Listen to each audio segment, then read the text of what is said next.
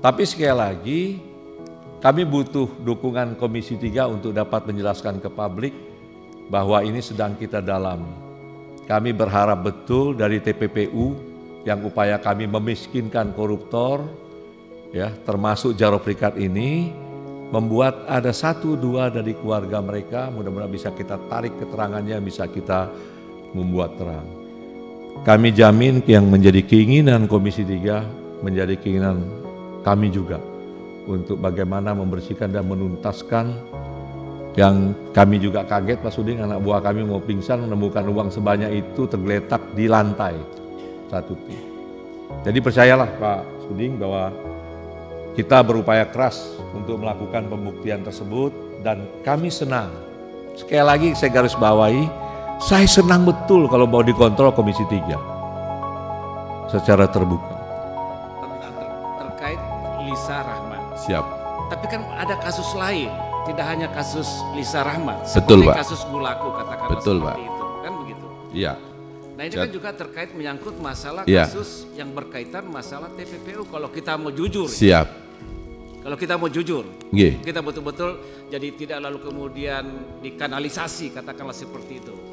Ya, jangan ada kesan bahwa kasus ini dikanalisasi sedemikian rupa sehingga ini tidak dibongkar dari awal kasus ini. Itu jangan sampai terjadi seperti itu, ya. Jangan ada hanya sebatas pada kasus Lisa Rahmat, tapi banyak kasus yang menyertai ini, Pak. Izin, Pak. Boleh Dan saya- itu ada catatan.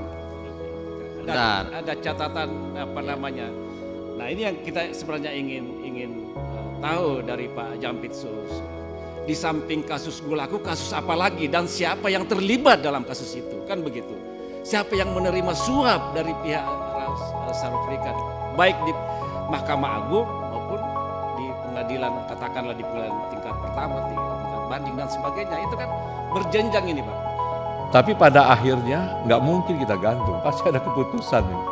Tapi tolong beri waktu kami, karena semua perkara ini tidak semua sama. Ada yang bisa singkat cepat kita lakukan, kejar CCTV, kejar apa, cepat kita bisa buka. Tetapi ketika dia bicara, saya dari tahun 2012, kita butuh waktu untuk men-tracing ini. Men-tracing ini dari alat bukti lain, selain dari secari kertas memang kita akui, ada tulisannya. Tapi barang bukti ini harus dihidupkan kembali oleh kekuatan alat bukti lain. Sedang kita dalami, Pak Sudi. Kami mohon dukungan Komisi 3, mudah-mudahan ada juga masukan ke kita. Sehingga kita juga bisa tertuntun dalam proses uang sebesar ini dan banyak. Yang jelas perintah kepada kami sudah jelas, bersihkan semuanya. Bersihkan semuanya agar kita harap bagaimana perintah untuk membersihkan BUMN, bersihkan Pertamina, bersihkan Krakatausil, ini bisa terlaksana dengan baik sepanjang rekan terdekat kami hakim dapat satu garis.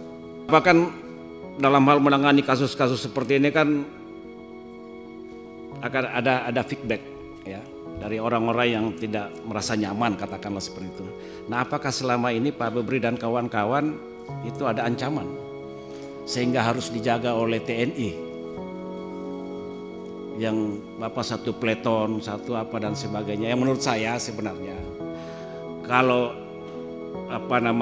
kalau saling menghargai institusi, seharusnya ini kan kewenangan di institusi kepolisian, tidak harus TNI. Tapi kalau kembali ditanya untuk ancaman, nggak ada lah Pak Suding. Sampai sekarang kita bisa berjalan, kita hanya berharap ada dukungan politik, Komisi 3 masih sering komunikasi, dorong terus ya menjadi penyemangat bagi rekan-rekan kita semua. Karena saya dari awal menyampaikan, kalaulah penegak hukum yang berwenang menangani tipikor masih mengarahkan bidikannya ke perkara-perkara biasa, maka ini nggak akan pernah habis. Tapi kalau dia masuk ke area-area yang memang jaringannya banyak, ya, dan ini sifatnya dia terkendali dengan kebijakan, ini dibongkar, ini ada baiknya